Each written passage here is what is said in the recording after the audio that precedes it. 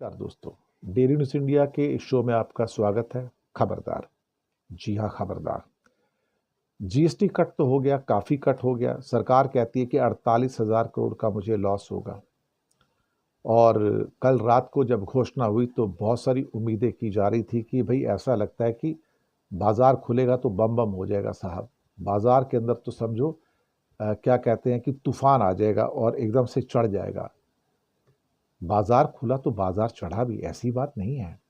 बाजार चढ़ा, लेकिन उसके बाद शाम तक वो गिरता चला गया, गिरता चला गया, गिरता चला गया। और आखिर में जहां 700 पॉइंट के करीब ऊपर था वो गिर के सिर्फ 150 पॉइंट ऊपर रह गया। मैं आज कई चैनल्स पे, जब इकोनॉमिक चैनल्स होते हैं उस पर देख रहा था, तो वहाँ पे जो एंकर्स हैं वो कई एक्सपर्ट से बात कर रहे थे और वो पूछ रहे थे कि इतना अच्छा जीएसटी आया है और अल्टीमेटली उसके बावजूद भी मार्केट नेगेटिव क्यों है, मार्केट के अंदर वो पॉजिटिविटी, वो दमखम, वो नज़र क्यों नहीं आ रहा है। तो एक्सपर्ट्स का कहना था कि भाई आप ऑलरेडी पीक पॉइंट पे हो और कितना ऊपर जाओगे। दूसरा, जीएसटी के आने से जो खतरे टैरिफ से आए हैं वो तो नहीं टल गए ना, दो अलग चीज़ें हैं। लेकिन लोग जीएसटी को मिक्स करके देख रहे हैं कि जीएसटी आएगा तो हमारा टैरिफ का खतरा टल जाएगा। उसका उससे क्या संबंध है भाई? Apples can't be compared with the oranges. वो अलग डोमेन है, ये अलग डोमेन है। उसके साथ 10 करोड़ लोगों के जॉब जुड़े हुए हैं जो ऑर्गेनाइज और अनऑर्गेनाइज सेक्टर के हैं। और वहाँ से जो आपकी सो कॉल्ड एक ब्लैक दिवाली निकल रही है, या ब्लैक दशहरा निकल रहा है, या ब्लैक क्रिसमस निकल रहा है, लोगों के जॉब्स जा रहे हैं, तो उसकी बात कौन करेगा? और सरकार कहती है आप जम के खरीदारी करो, मैंने जीएसटी कम कर दिया। लेकिन क्या लोगों के पास पैसे हैं खरीदारी के लिए? इनकम के पॉइंट पे तो कोई बात ही नहीं कर रहा है। कोई बात करना नहीं चाहते कि लोगों के पास इनकम है क्या। अगर जॉब जा रहे हैं तो पैसे नहीं है, पैसे नहीं तो खरीदारी कहाँ से होगी भाई साहब। तो वही एक चंद छोटा सा तबका 10 करोड़ लोगों का, और वही खरीदारी करता है, वही मार्केट को आगे बढ़ाता है।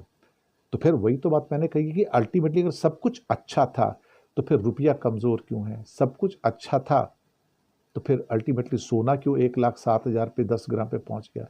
सब कुछ अच्छा है तो फॉरेन फॉरेन इंस्टीट्यूशनल इन्वेस्टर्स क्यों रोज छोड़ के जा रहे हैं? अगर सब कुछ अच्छा है तो फिर अल्टीमेटली हो सकता है इंडिया के डोमेस्टिक इन्वेस्टर्स तो इन्वेस्ट कर रहे होंगे, लेकिन फॉरेन इन्वेस्टर्स तो खुश नहीं है ना।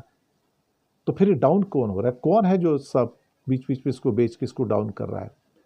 तो कहीं ना कहीं एक बात तो है कि बाजार खुश नहीं है। बाजार में जो खुशी होनी चाहिए थी, बल्कि जो कल का दिन गुजरा था जीएसटी के बाद, तो वो एक दिवाली टाइप का दिन होना चाहिए था, जहाँ पे हो सकता है 1,500-2,000 पॉइंट सेंसेक्स चढ़ना चाहिए था, लेकिन 150 पॉइंट चढ़ा।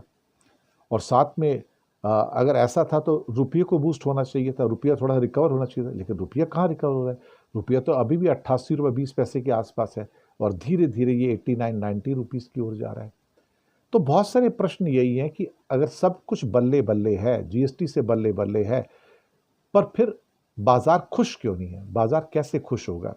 क्योंकि बाजार के अंदर तो एक किस्म से कहा जाए तो बाजार सदमे सदमे में है। ये जो सदमा है ना अमेरिका का टैरिफ का, ये बहुत बड़ा है।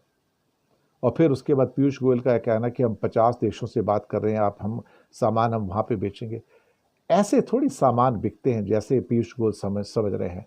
हमारा सामान कहीं जाने के लिए वहाँ पे जगह तो होनी चाहिए। और फिर कहीं ना कहीं चाइना उस जगह को खाली करेगा या बाकी देश खाली करेंगे, उनके सामान सस्ते हैं, उनकी क्वालिटी हमसे ज़्यादा बेहतर है। हम पैदा क्या करते जो हम आपको उनको बेचेंगे? हमें बेचने के लिए कुछ चाहिए ना पहले, तो हमारे पास तो बेचने के लिए कुछ है ही नहीं।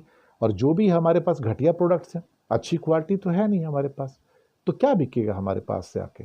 ये बहुत सारे सवालात हैं जो निकल के हमारे सामने आ रहे हैं। बहुत बहुत शुक्रिया आप सबका।